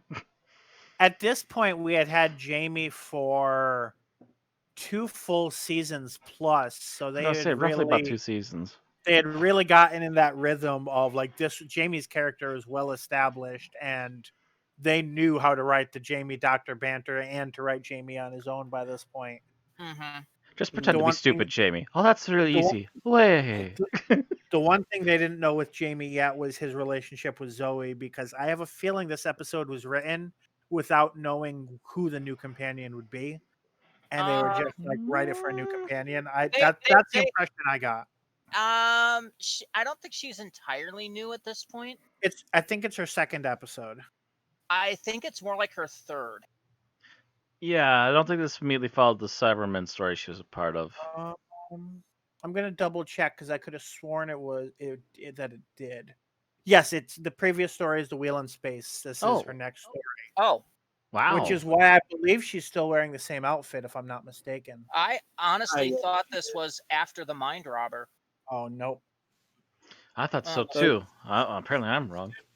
Yeah, the dialogue that he says after they first arrive there, I thought was a reference to the Mind Robbers. So. Mm. Yeah, that is a good point. That I'm wondering if yeah, because it sounded that way to me too, but I don't know what happened there. If maybe it was out of order or something. Because he's talking about making like mental projections, and that was right. And I was sitting there thinking, I was like, did he have to like use some sort of mental projection against the Cybermen? But I don't think so. Yeah, I don't remember anything like that. Hang on, I'm going to check the data core on that. See if there was a production that suddenly they had to flip those around. Oh, here we go. When exiting the TARDIS, the Doctor mentions mental projection isn't easy. He had just finished a lengthy mental projection to show Zoe his most recent encounter with the Daleks in Wheel of Space. Oh. So he had basically done the contact thing to show Zoe what the Daleks were. That's right. At the end of that episode, he was showing her mental images of some of the Yep. things he'd be up against. But by his 11th incarnation, he would be skilled enough at that to headbutt her instead of needing to spend effort on that. Oh no, he only did that way because he was short on time. It's not the nice way to do it. Of course, it just shows that having not seen the Wheel in Space, Zoe's saying, so we won't have to worry about Daleks or Cybermen. Like, from my perspective, it was like, wait, what? And I mean, we haven't seen it unless one of us saw it on our own. We haven't seen it since probably before Tim joined the podcast or shortly after. Yeah. All right. What did we not like? What did we not like? So I could not stand the Quarks. A large part of this was the fact that so often they would be allegedly shooting somebody and there would be sound effects, but they couldn't even bother to add the laser beams in post. Their voices annoyed me because they were hard to understand. I didn't understand why their recharging animation involved them doing jazz hands. They just annoyed me. The joke that came to mind for me for that was when there's an episode of SpongeBob where he's just laying on the ground, putting his arms out and back in and just going photosynthesis. It's like that's what came to mind for me, but yeah. Every time they reached out for me, it was like, hug me. Yeah, sorry. Everything that you found annoying, I found cute. Even yeah. their voice. But they're not. I mean, is that a good or a bad thing? Because they're supposed to be killer robots. And actually, Bill, here's my number one complaint about your complaint. The laser blasts. Even Daleks at the time didn't show laser blasts. You know what they did? They immediately cut to the target and they reverse colored the footage. I think they showed spraying foam at that point for the Daleks. Not all the time, Bill. Very seldom, in fact. Maybe once or twice a story. But I never had the feeling that the Daleks were just playing a sound effect and then just... They very much were. The effect. Yeah. They were doing that a whole lot. They could not afford it.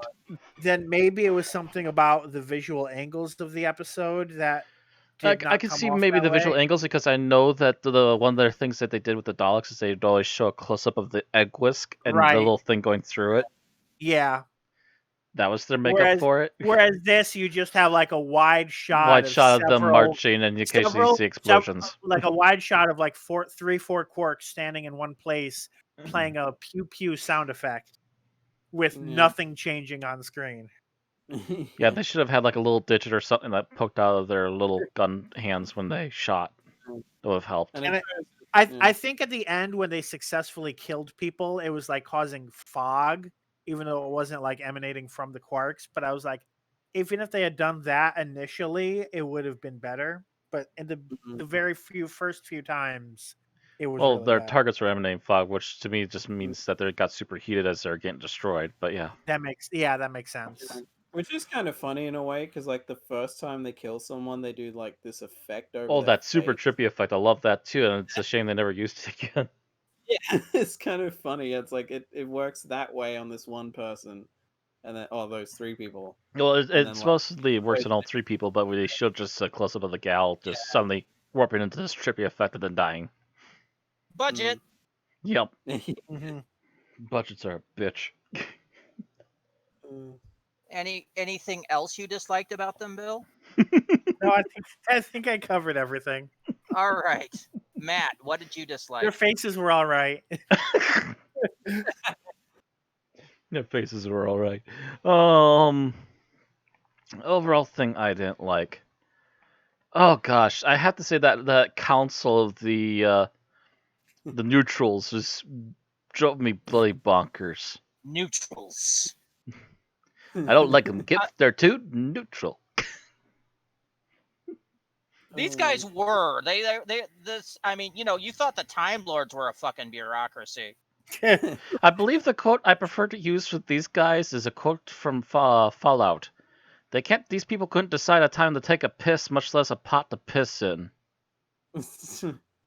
I mean, the opening scene of that council is like deliberating whether to like build something or something, and it's like Yeah, and they're all just back and forth, back and forth. It's like, oh, for Yeah, Frell's sake. yeah, and I it's already like hate you. yeah, and it's like we've been debating about this for 6 months, and I'm like, what the fuck? Thinking about that, I remember the scene where the doctor is just like, I know your way is to just sit here and counsel for a while, but couldn't you like send someone out for more information so that it's a lot faster? Hmm. It also kind of reminds me of the Council of Ents. Oh, I was actually Eternal just Series thinking that too. and the Two I'm Towers. gonna sit here, waste time. Well, like, I guess even to a point, there's kind of a thing of like something that it kind of reminds me of is like in Shin Godzilla, it takes forever to do something about Godzilla's first appearance to the Actually, that point was a call where out on the Japanese government for just wanting meetings to yeah, have more meetings. yeah. And it's like by the point they get authority to do anything, Godzilla's already pissed off back into the Pissed off ocean. and mutated twice and is still destroying the city. Yeah. All right. Thomas? The thing that bugged me was more so at the very end of the serial because it occurred to me, hey, wait a minute. So they've sent word to the rest of the fleet to show up. And now you've blown that one up. Yes, we've saved the day, let's leave. And then I just pictured in my head, and this is what I was going to end on to the out of the summary. And then after they left, the fleet showed up and blew up the planet. Because it's like, Mhm. because we don't get any resolution on that to the point that it's like, if it was supposed to be a thing if they couldn't get a hold of them, but even then they knew where they were going, so it's still like, Supposedly. Yeah, if it had been New Who, the ship would have rejoined the fleet and then blew up and took the fleet with it. yeah. But But again, I guess that's also the problem is that this is Doctor Who, so they would have had to have had a bunch of these little flying saucers. Well, did you see the ones at the beginning of the episode? They were adorable too. they would have had to had a budget. They would have had to have a budget that would require them not to have toy UFOs on wires. No, Otherwise, I'm imagining an alternate world where episodes 6 and 7 are the reinforcements showing up. It's all doomed. All right. So what I didn't like, I Oh, didn't like the Dominators, but only their appearance. I honestly didn't like their appearance because every freaking time I saw the Dominators, I only had one thing pop into my head. And hang on. Some of you may recognize this, some of you may not.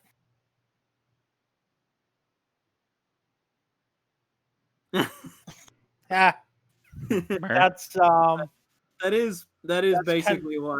Oh. That is part of why I did that joke near the start of the summary of not being turtly enough for the Turtle Club because it reminded me of Master of Disguise. Yeah, that was where I was going to. the main thing I noticed with their appearance is I was like, there's technically 4 different species in this episode, and they all look identical. None of them have any sort of makeup or prosthetics or anything. That's, I'm pretty sure. They have that's just different. an They have outfit, different right? styles of hair. yeah, Yeah. that was pretty much a Doctor Who thing until the 70s. Yeah, When you got like the Ogrons and the Draconians and like at most the Dominators had some makeup going on, but that was about it. I mean that was actually a common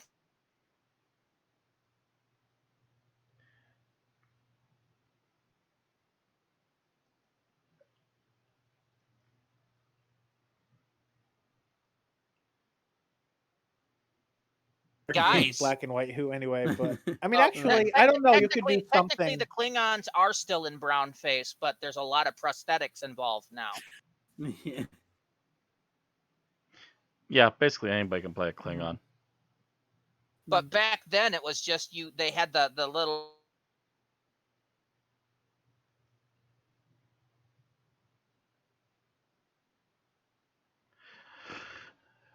There are days, had computer. dark skin and mustaches. So they were Mexican. So they yes, they were Mexicans playing Russians.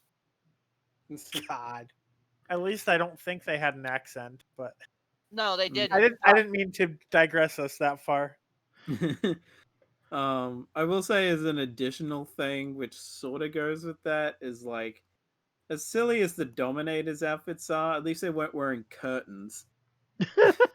True. That's what it seriously looked like. The Dulcians were just. I was almost going. I didn't, but I was almost going to try and work a reference into like the Sound of Music, where like Maria makes the kids. That would be a outfit. bit of a stretch. Yeah, it was like I couldn't think of a way to make that a Well, brief. and also I would add that the guys are the ones wearing curtains. The girls all wore veils. Yeah, the women are wearing like a Skirt one-piece veils. swimsuit and like a maternity skirt. Like that's what it looked like to me. It always kind of looked like a maternity outfit for some reason. It was just like, what the hell? Either All way, it right. was very weird.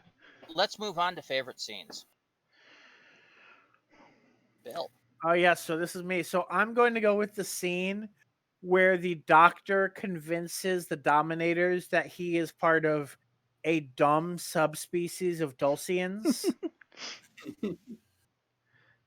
And that's right. I was trying to check to see like if there ever is such a subspecies, but I'm pretty sure No, that was just something the doctor invented at that moment. Yeah. no, it's not an actual thing. He literally just made that up just to Right. drive Yeah, that it's idea one of- home. It's one of those examples of how, more so in old Who than new, the Doctor would have to bullshit their way through a situation. Well, it's But, also I mean, a that's very. something. That, It's that's also something- a Go ahead. Troughton cliche for him Yes. to basically be the idiot. Yes, that's something he's very known for is playing the clown, so that the antagonist will drop their defenses around him. Mm-hmm. And this was kind of the exemplar episode of that. Yeah, I remember a couple episodes back on watching Second Doctor stuff. I believe it was either Randy or it was Bill that really didn't like that he did that. They thought he was really being an idiot. I think in one episode, I think it might have been his first episode, but there was one where it wasn't clear whether he was acting or whether it was just like he was clueless. Oh, I And, always knew he was acting. It didn't seem like the theatrical performative version that we usually see. So like, I think knew I he remember what was you're talking acting because about, I know this but- character well enough by now. All right, Matt, favorite scene. Favorite scene. Actually, Bill took one of mine. Trying to think, what was one of the other ones? Oh yeah, another typical Patrick Troughton moment. Actually, him running with something in his hands as clownish as possible across the big open space. Mm-hmm. In this case, it's a little ticking egg bomb, and he just happens to run right up behind the robot just as it's entering in and sets it inside. There you go. Bye bye. And that's a scene right after he bobbles it while running. Mm-hmm. While he's running through there, it's like whoop whoop whoop whoop whoop, and then yeah. Yeah. Which I would have to. As typical, he has to add a little bumbling touch. Yeah, I was gonna say I have to assume that was Patrick Troughton just thinking, "Oh, this will be fun to do." Yeah, I'm pretty sure he ad-libbed that. Either that, or it was written in knowing that Patrick Troughton would do that anyway. Either or. All right, Thomas, your favorite scene. There's potential that I will be stealing this from Randy. I don't know. Because like it's a Jamie moment, so I don't know. But generally, the moment where Jamie manages to talk over everyone and get to his plan about digging a tunnel across, and them just being like, "My God, it's so simple. You were the only one who could have thought of it." Hey, hey. Well, I like, think that- I No, that wasn't my favorite moment, though that was up there. I think my favorite moment was the one I coined bowling for quarks. Oh, the big boulder. Yes. Slow-mo foam boulder comes down the cliff. Bonk. I kind of wish that they had been able to speed that up a bit, but I wasn't sure if that was technical limitations or not. I think there might have been. I'm not sure how much they would have been able to do that without looking extremely fake.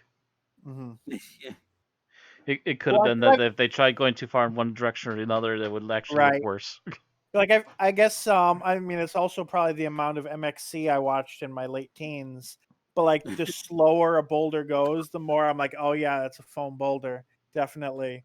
So like I was like, if it was a little faster, it would feel more real. But I could also see it. The only Be part that disappointed me is I wish I would have seen the actual contact of the boulder, but at the same time, I was happy with what we got. Mhm. Budget. Because It Yeah. happens. Because now I can't believe why this didn't occur to me as I was watching it, but just describing that again, it just makes me think of that Killer Croc thing of like I threw a rock at him. I threw a rock at him. It was a big rock. Yeah. It's a big rock and it smashed him. Look at him. Eh. All right. Least favorite scene. Bill. I've been trying to come up with something original, but I'm still coming up with that very first time we see the Quark firing squad, and they're just like standing still with pew pew sound effects over them, and that's the whole entirety of the visual.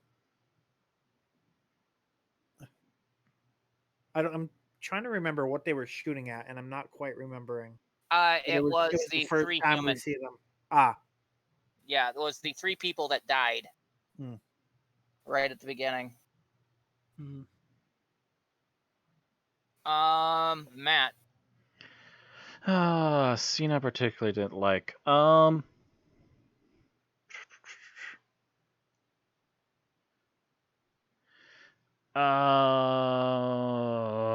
I'm actually trying to think of a scene that I didn't really like that much. Trying to think of one that I maybe just had a little bit of a qualm with. I guess I'm kind of going back to the council again. Just even the doctor is just constantly talking circles to these people because they just won't listen for anything. It's just even you even see that Patrick Troughton is at least acting really annoyed after a while too. You just see him rolling his eyes, sighing, dabbing his face with a handkerchief. Just dear, these people. All right. Thomas.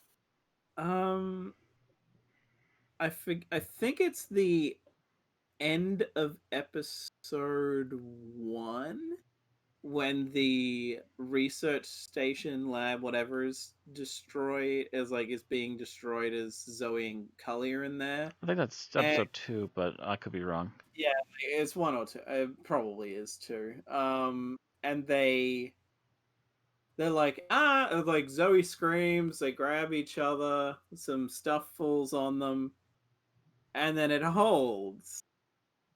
And then it stops. And I'm like, what? we like it feels like the timing was off because then eventually when you get to the next episode and they show at the start, stuff falls, cut away. And it's like, yes, that is better editing. Why did you not edit it like that to end the episode with? Because they came back the next week and filmed it slightly differently. Because it's funny, it's just like, some stuff falls, and then you can just, it just, yeah, like the tiniest bit of stuff falls, and they're just still there holding each other, almost as if it's like, okay, do we cut? Like, All right. So my least favorite scene is kind of a nitpick because it only kind of brings to my mind a moment of awkwardness. Hmm. Let me show you that moment of awkwardness. He's sending us visuals again, folks. I Oh my. was Actually, now that you specifically- mention it.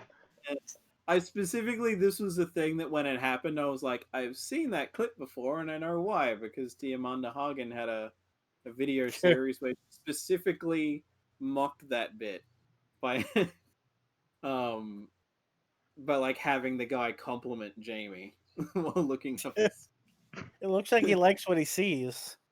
I'm just watching this and going, "Oh my god!" You know what Scotsmen have under their kilt, don't you? I was about to say, is he going full Scotsman or not? Does make you wonder if the Doctor actually ever got him to wear underwear or not. Well, this guy knows. This guy clearly knows real well.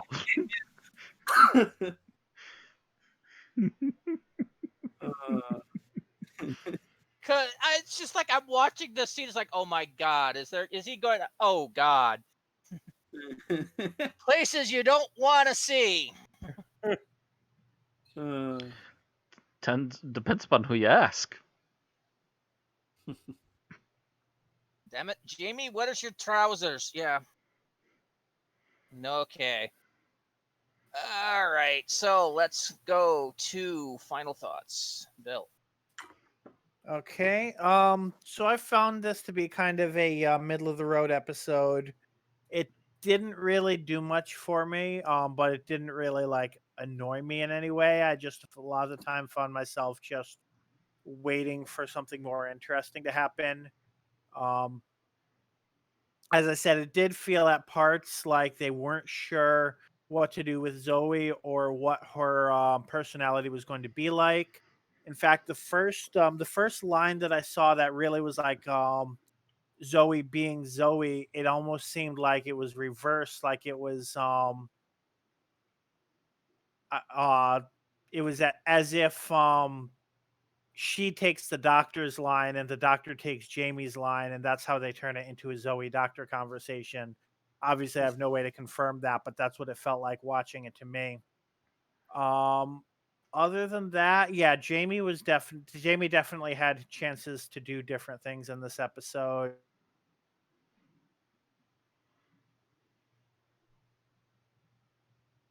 Hmm.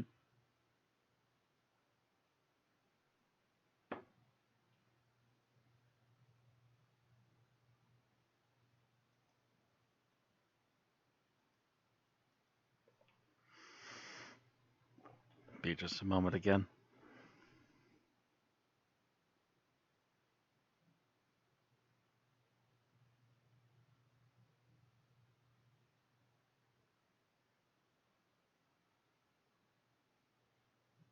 Back. I think that's been a consistent message throughout Doctor Who. That said, I don't think they do anything especially interesting with it, and it's just kind of middle of the road. All right, Matt. All right. So, my general feelings was I felt this was a breath of fresh air. We really needed something like this. The villains are particularly nice and villainous as they need to be. The only weak sauce might be a little bit of the annoyance with the locals of the plant being too wishy-washy, but the main characters are definitely doing a good job, and the villains are the right type of evil, but they're also simultaneously not good at what they're doing enough to allow for some good antics to happen, which I found very amusing. And an overall satisfactory end, and a plot that doesn't really have any major plot holes or anything. Worked out pretty well as far as I'm concerned. All right, Thomas. I really enjoyed this, and honestly, I was so glad because it was like, given what we've dealt with recently, because I didn't watch this for the first time until last night. It was just like, oh, thank God, it's this goofy 50s shit. Oh, thank you. Like, at least that's what it came off to me as. It's like, I mean, bloody hell, flying saucers for the Dominators, Moment one, flat flying out. saucers. Just Oh, like, this is gonna be yeah, something like, yeah. special and corny. So it was nice. And like, I do like that they don't necessarily say, um, like browbeating the Dulcians for being pacifists in general. It's just a matter of like, hey, this is what the situation is. You do have to act. Mm-hmm. Because like doing nothing at this point is worse. Um, so it's not like condemning them necessarily. I know like how we do have like some of them who are flat out like, well, yeah, fuck slavery. I'm gonna fight back if I can. Um, despite the like thing that I joked about how this planet probably got destroyed like a minute or two after they left because the rest of the Dominator fleet probably showed up and figured out what happened. Like, you know, that aside, that's not really like a major thing. That's just like, well, that's kind of funny to think about. But yeah, otherwise, yeah, I really enjoyed this. Um, and it's kind of one of those things where I'm like, Jesus Christ, this is kind of relevant. um, it's amazing how this story from like 1968 is like still like is, at least to me, I felt like I got some relevancy to what's going and what's happening in 2020 out of it. That's All right. So yeah, I like this episode. Bill found it middle of the road, but he didn't really like the quarks. I find them to be adorable, so that wasn't negative to me. And the yes, most adorable little evil things. the council is annoying by their inactivity, but that's kind of the point. Mm-hmm. So that didn't bother me on the level of enough to detract from this. That was actually the point, the argument they were making. So I don't find anything really detracting on this. Like I said, I found the only things that I don't like is I found the costuming stupid. Again, I chalk that up to 60s. It's silly, silly, Yes, silly. yes, yes, I know. It still is going to bother me, especially the freaking turtleback Dominators. Turtle, turtle.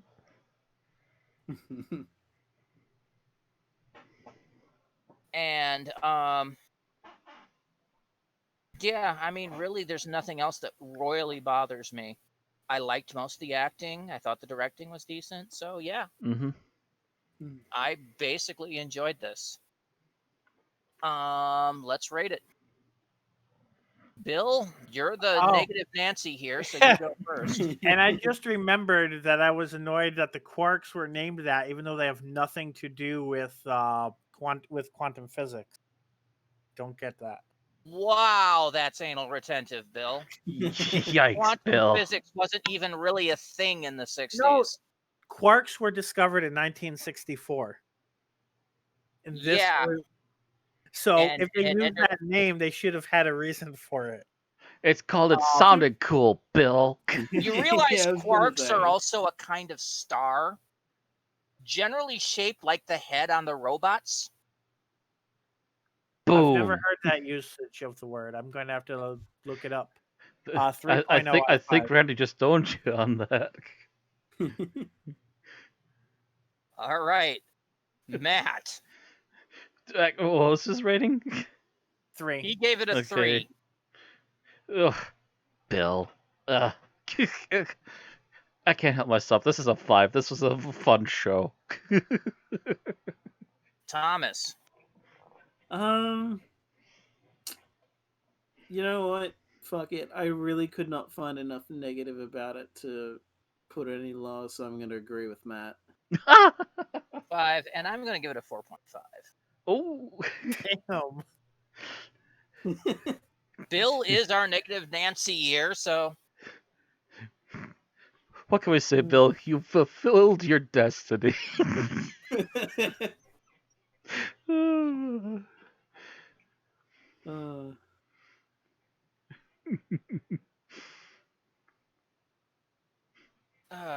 right.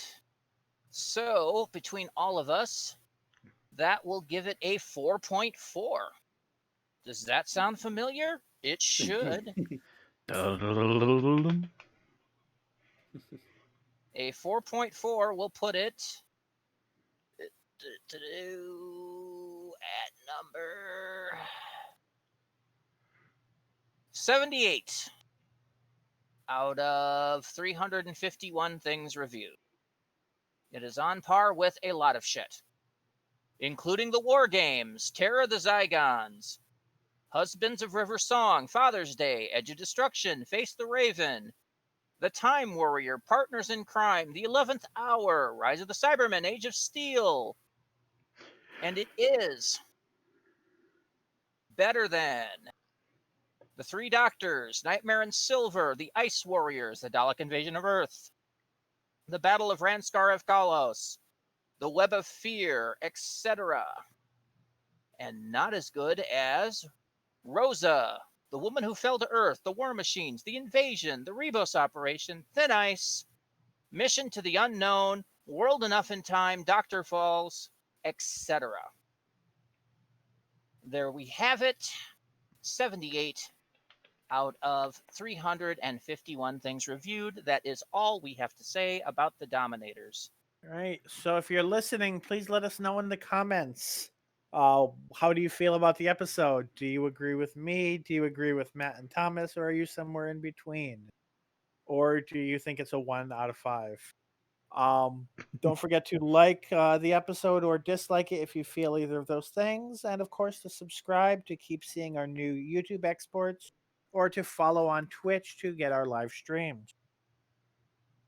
All right, so next week, we will be out of our funk and back to business as usual. We'll continue and conclude our second Doctor reviews with the Crotons. This one is written by Robert Holmes.